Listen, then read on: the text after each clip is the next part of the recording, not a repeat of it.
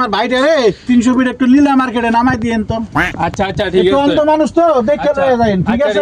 আহেন ভাই আহেন আচ্ছা একটু লয়ে যান। আহেন আহেন এই ভাই এই কই উঠেন কই এদিকে না এদিকে আহেন আরে আরে কই যায় এই এনে না আস্তে আস্তে এই যে এন্দা উঠেন এন্দা এই যে দেন উঠেন এই যে উঠেন ঠিক আছে উঠেন ভাই এই কইবন